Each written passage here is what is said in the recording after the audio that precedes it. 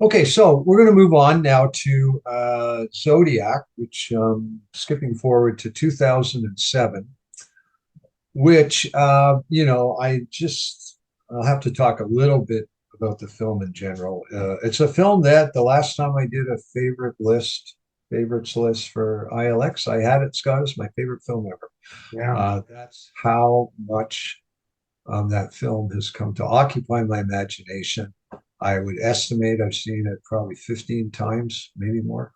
The one thing is, I've never had a chance to see it again in a theater since the first time I saw it. Mm. I was actually all set to go see it, to come back to Toronto. I'd already moved to St. Mary's, come back to the Lightbox to see it in March or April of 2020. And then COVID happened and that Yeah. screening got canceled. So, all but one of my viewings of it have been on TV. Sometimes I'll catch it playing on Hollywood Suite. I've, got the DVD, of course. I just think it is such an amazing film. And the weird thing about it is that, and I don't even know how to articulate this, but whenever somebody revives the Zodiac thread on the message board, there's always three or four of us who gravitate back and we start posting, we start quoting lines. And as soon as we do that, each one of us wants to see it again that night. Wow. Wow. The film it draws you in if you love it as much as we do. There's this almost strange parallel between the way in which the film gets into you and you become obsessed with the film and Robert Graysmith's obsession with the Zodiac killer. It is irrational. I for long I had the hardest time to explaining to people, and it's still hard for me why I love this film so much. I mean, it's a film about a serial killer. How many of those are there? There's 10,000. There's even another film about the Zodiac killer, which is very similar to this one. In fact, like scenes are almost duplicated. I Mm. think that one came out after they tried to do a cash in, and they borrowed a bunch of scenes from uh, directed by David Fincher, by the way. And I just have this compulsion to go back and revisit this film, and it's very much like Robert Grayson's compulsion. At this point in his career, David Fincher, in our 10-minute break there, I watched the trailer, the original trailer, and David Fincher is billed as the director of Seven and Panic Room. And Seven was a huge hit. Panic Room, I don't think was a huge hit. So David Fincher's still sort of a somewhat new quantity at that time. Mhm. Uh, of course, after this, he goes on Social Network and other high-profile films. I think this, and I mean, Seven was a huge hit. Oh, Fight Club, he does, of course, Yeah. after those two, well before Right. Zodiac. Right. Um, Stephen Rubio and I talked about a lot of this. I am not a fan of Seven. I find it just a very unpleasant film. Um, anyway, the trailer, it was good, captured the film. Mention other music, just giving you a quick idea about the film. It is basically it's got this great triangle. It's like a Howard Hawks triangle, like the triangle from Rio Bravo, where you had Ricky Nelson, Dean Martin, of course, John Wayne. And you got three guys dedicated in their own way to catching, identifying, and capturing the Zodiac killer. You've got Robert Graysmith, who's a cartoonist Cartoons. Right. Yeah. at the San Francisco Examiner. It's really not supposed to have anything to do with this kind of reporting. Robert Downey, who's just great. He finally won his Academy Award over the weekend for Yeah. Oppenheimer. He's great in this. As okay, good thing I opened up a tab because I can never remember characters' names. Paul Avery. Paul Avery. He plays Paul Avery, an investigative journalist for the San Francisco Examiner. And the third guy is Mark Ruffalo, who I think might give the best performance, probably gives the best performance in the film as the cop. The cop's name is Inspector David Toshi. And these are all real people, of course. And they're all trying to figure out who the Zodiac killer is. Mark Ruffalo, of course, has to work very much to the letter of the law. Uh, Robert, I'm going to call them by the characters' names. I always have trouble with Jake Gyllenhaal's name. Robert Graysmith wants to cut corners, and he becomes so obsessed he wants to track down every crazy lead. Paul Avery's a drunk. He eventually leaves the case. He gets fired from the examiner. Has to. He ends up living on a boat. He's basically a hermit. Um, but right till the end, Robert Graysmith becomes more and more obsessed with this case and ends up ruining his marriage temporarily. His wife leaves him with the kids, and he doesn't know why. So he gives this great answer at one point in the film. His wife says, "You know, why do you do this?" And he says, "Because no one else will." And he says, "It's important. I can't explain to you why, but it's important." So that's what the film is about.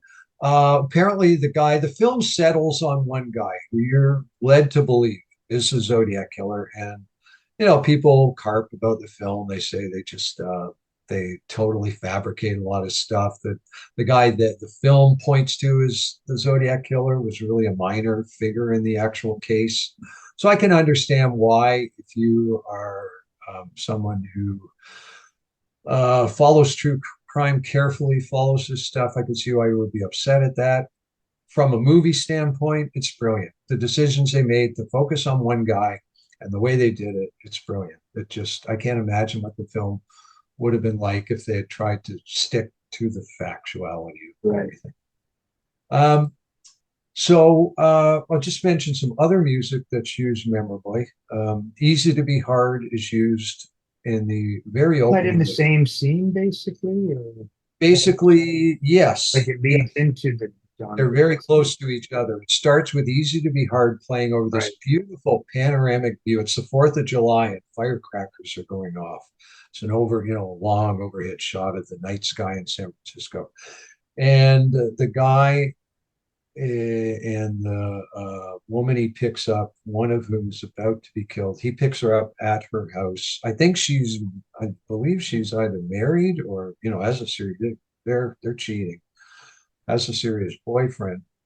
And they go off to basically a lover's lane. And Easy to Be Hard is playing off the radio. And it's great. And that's a song I mentioned more than once. It's the rare song where a movie made me, a song I never liked at all, that I the movie. Just the way it's used, it's perfect. Yeah. I don't know why. It just is. That's great. Inner City Blues is used later in the film in a really inventive way. It's a building. It's used as the passage of time. We see a building being constructed, a famous building, by the way, San Francisco. I should know the name of it, but it's a well-known landmark. And we see it being constructed in fast motion in Inner City Blues place. That's really effective. Baker Street is used great near the end of the film, around the same time, 78 or 79, where everybody's off the case. And the guy who the film basically wants you to believe is a Zodiac killer, he's moved to another town. He's working in a hardware store. And Robert Graysmith, who, again, keeps saying, at one point he tells his wife, I need to stand across from him and look him in the eye. That's all. He doesn't even care if he goes to jail. He says, I need to know it's him. He goes to this hardware store. I guess he's got a lead, and he does stand there looking at him. He knows, and the Zodiac killer knows that he knows. And Baker Street place. That's great. And I got to say, when I looked up the music on TuneFind, I saw the craziest. Some of it, somebody must have gotten on there and just made stuff up. They've got Khalees's Milkshake in the film.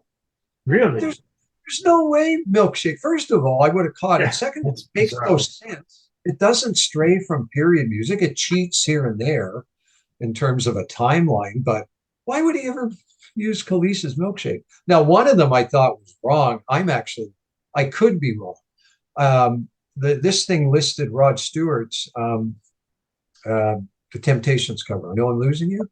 Yeah. Right? And I guess I should. I don't remember it in the film. And yet when I watched the trailer, that's what they used in the trailer. It's used well. So there is other really good, effective music in the film. But Hurdy-Gurdy Man is the one I picked. It's used twice in the film.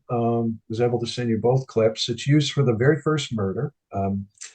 We mentioned how it opens with Easy to Be Hard. We find out title cards July 4th, 1969. So they go to this lover's lane.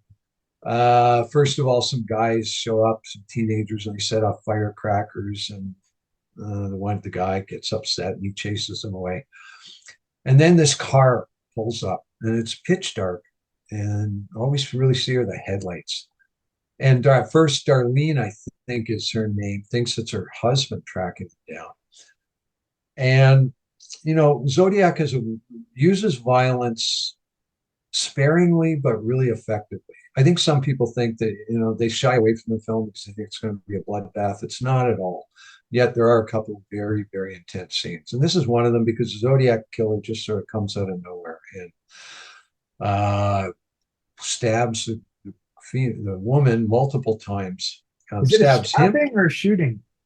Shooting. Thank you. What am I talking about? Shooting. Absolutely. And the shot's so effective.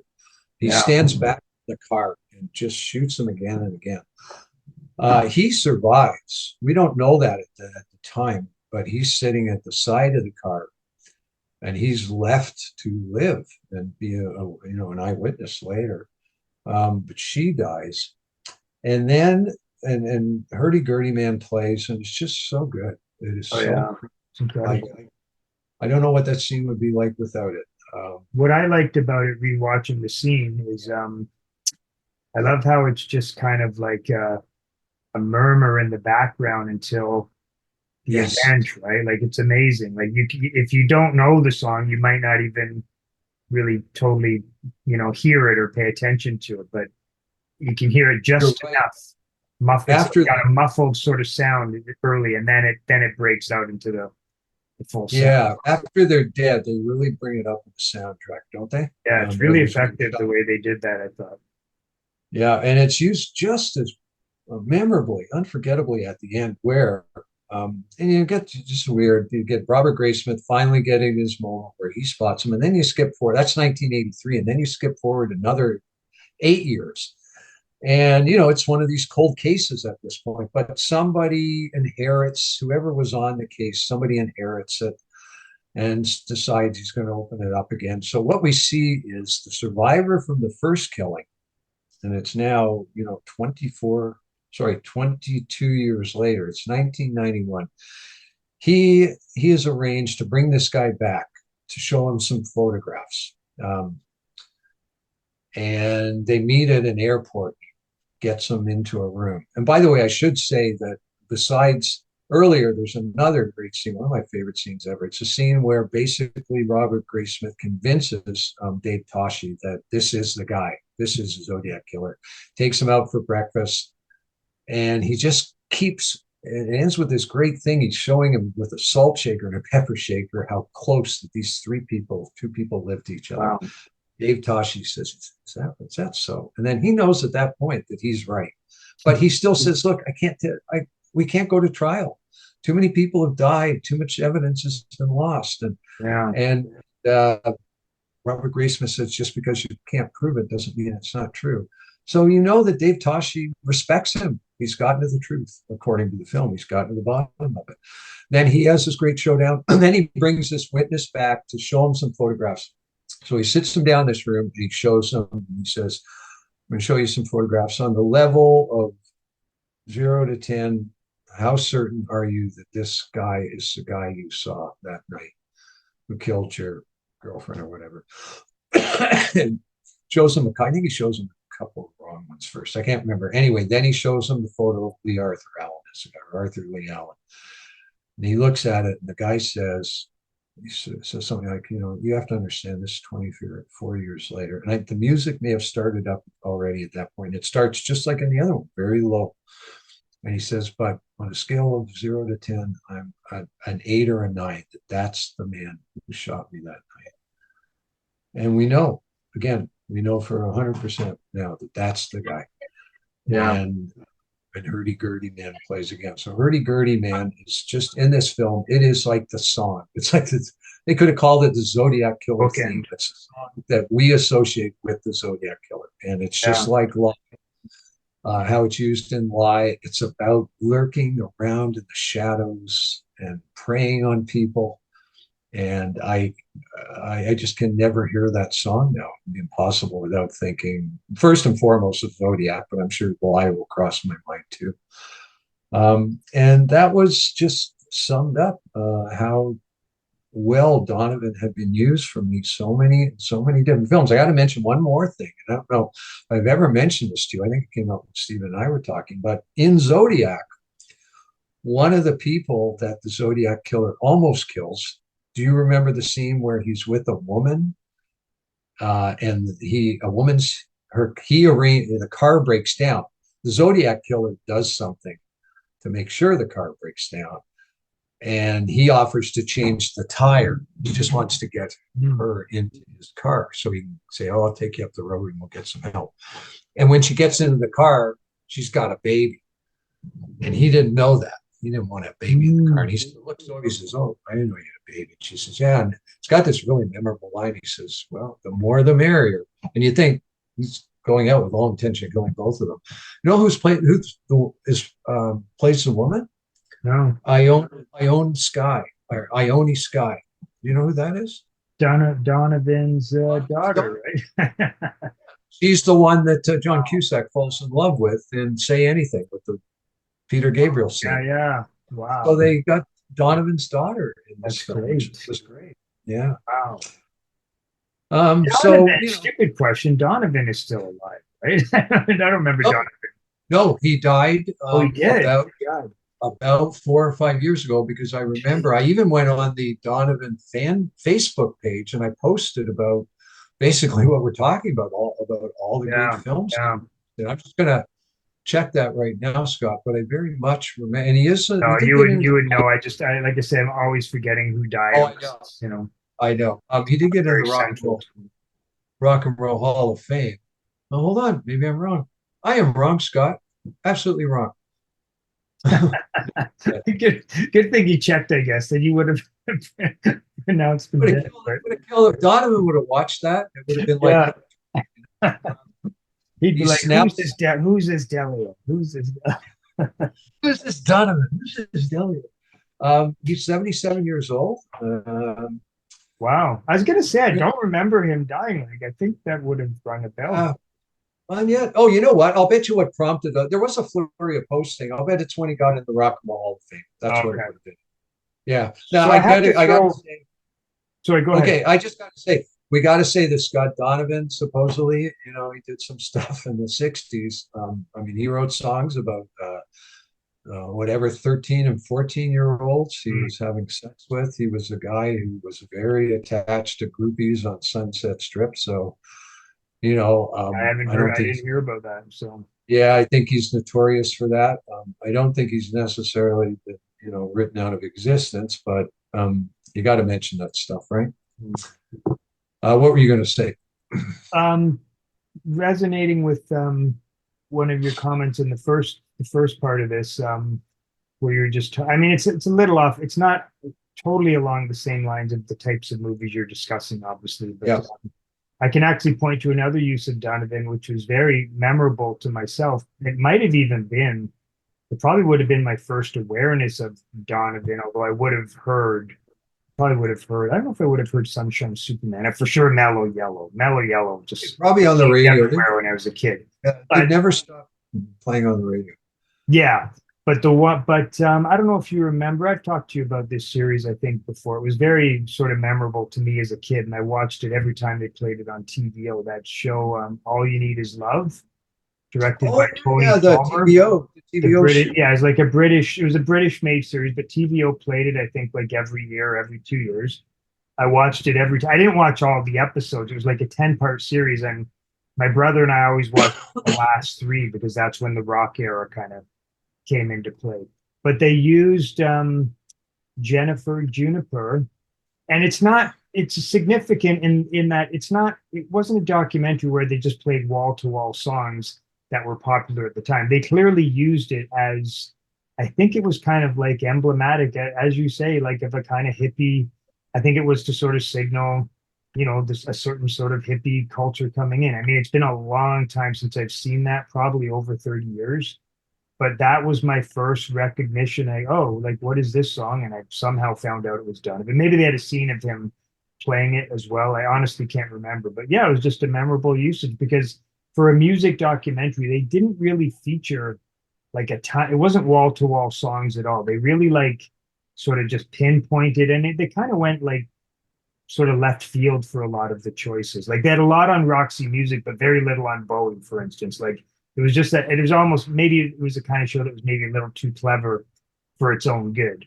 But yeah, it was interesting. They used Donovan, Jennifer Juniper, and it always stuck with me. I would have watched that Tell me series. that series can be watched on YouTube. I I don't know. wouldn't be surprised.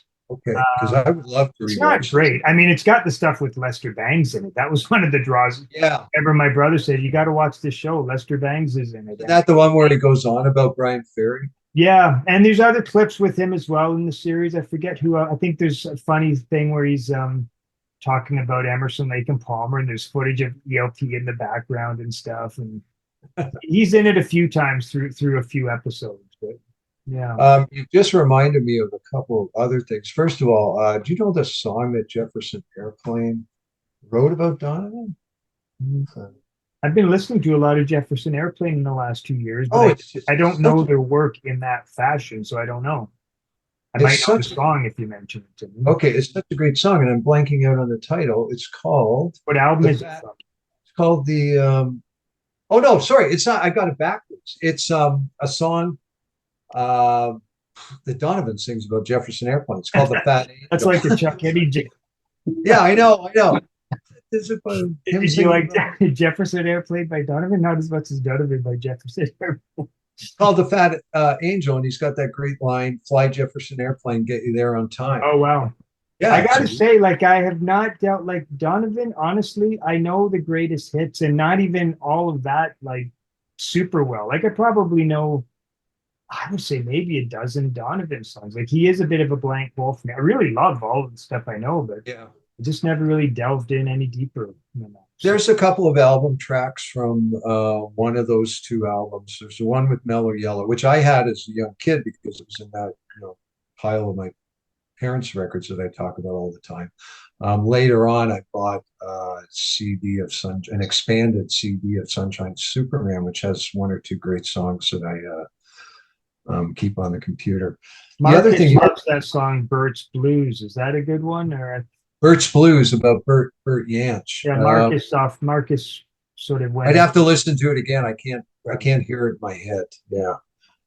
That's on the Mellow Yellow album. Yeah, I think, or is it on the other one? You've also reminded me that I think in the Cold Water film, Hmm. the Oliver Assayas film, there's a later hit, Donovan, Cosmic Wheel, I think it's called. Oh wow. Is it that film? I was sitting in a theater with Tim once, and I think we might have been watching Cold Water. But anyway, Tim knew it right away. He had a minor hit in the 70s called Cosmic I Wheel, was I gonna think. say, like, what happened? Like, did Donovan did he keep releasing records like Oh yeah, he kept putting past the out 70s records. and I stuff? know he released one that I think is sort of it's like a record, and it's like an analogy to something like Heaven's Gate or something. It was a Mm. big fiasco. He made this elaborate album called "Flower is a Garden is a Gift The from a gift Flower." from a flower to a garden. I'm looking at the title. Yeah, it's a Yeah. double record, I think. And that did not do well. And music was changing at that moment. I think that came out maybe after Sergeant Pepper, and that had kind of reached almost its dead end. And music just basically passed him by. I think he continued to put out stuff. He probably continued to sell reasonably well. I don't know if he ever made a disco record in the late Yeah. 70s. Did But he yeah, respond? Did he respond to punk in it? yeah. Did he do like a Billy Joel thing? Still rock and roll to me. Yeah. I don't know, but I'm sure, he was written out and rediscovered about 20 times and whatever. But still alive in the Rock and Roll Hall of Fame, and he's got the baggage that he carries with him now. I know that. Well, it's interesting the But way, so the way this, what would I say? The story you're telling about him in your book is interesting. And I'm trying to think of other, I mean, would you almost say maybe Tommy James would be someone in movies, whose music has been kind of similarly used in that it you, sort of, it upends your, yeah, I sort would of say Tommy initial, like, James. when you hear Crimson and I don't think I thought of Crimson and Clover as a sort of scary song when I would have first Right, heard it. And then when right. you see it used in movies, it definitely takes on a different kind of. You can do a lot with that, and it's definitely the way Breaking Bad used Yeah, Blue that's what I was Crystal Meth thinking of was here. perfect. We were talking about Dragging the Line last week. Yeah, Uh, yeah. the one narrative though, with around a single person, I kind of constructed. It was one of the revised entries in the book, and I hooked it in with a TV series called Dead to Me. Is how suddenly within the last 2 or 3 years, Cass Elliot has become so ubiquitous in film, Mm. often as a character herself. She's the character Cass Elliot turned up in both the Tarantino Manson film and the Elton John Rocket Man. Oh, really? Okay, I didn't see I've the Elton seen, John movie. and there was at least a couple of her songs in Miss America, right? And there was this Yeah. one in, to me, there was the one in mid 90s. I kept seeing the Mamas and Papas and Cass Elliot solo stuff turning up all over the place. And I posted somewhere that with all these biopics being made, and there's one coming out that I thought, oh God, that just sounds horrible. I can't remember who it was. Why don't they do one of Cass Elliot? Yeah. She would be great. She was very much like a Jonas Mekas figure. Yeah. People that we mentioned, or who's the other one? The Barbara Rubin, who was just in the middle, and branches go out from her All everywhere. this stuff. Yeah. It sounds like when she was in Topanga Canyon, her place was the place where everybody went, and so much history was made there in terms of the songs that were written, and I think Crosby, Stills, and Nash got together at her place, and someone really ought to. And there's actresses who would be perfect playing her. When you think And about it. as you had mentioned many episodes ago, there's of course the super iconic shot of her at Monterey Pop when Janis Joplin is Oh doing her yeah, thing. Like that's just great. Like that is great. mouth is That's wide. Like I remembered that as much as Janis on stage when I first saw Monterey Pop. Like I just I loved know it so much. absolutely one of the highlights of the film. That Yeah, dumbfounded yeah. look on her face, and you can lip It's read what she's saying. incredible. Yeah, I think like she oh might say wow or "wow" or something. something like that. Yeah. Yeah, no, pretty Okay, that was. remarkable. Thanks a lot, Scott. I think we're down to our last one. Next time we're going to do School of Rock. We can talk about the possibility of summing up with those other ones at another time. Okay, but we're technically down to one more. Okay. Sounds good, Phil. Okay. Take We'll care. talk soon. Talk to you soon, Scott. Bye Thanks for bye. that. Yeah. Okay, bye bye.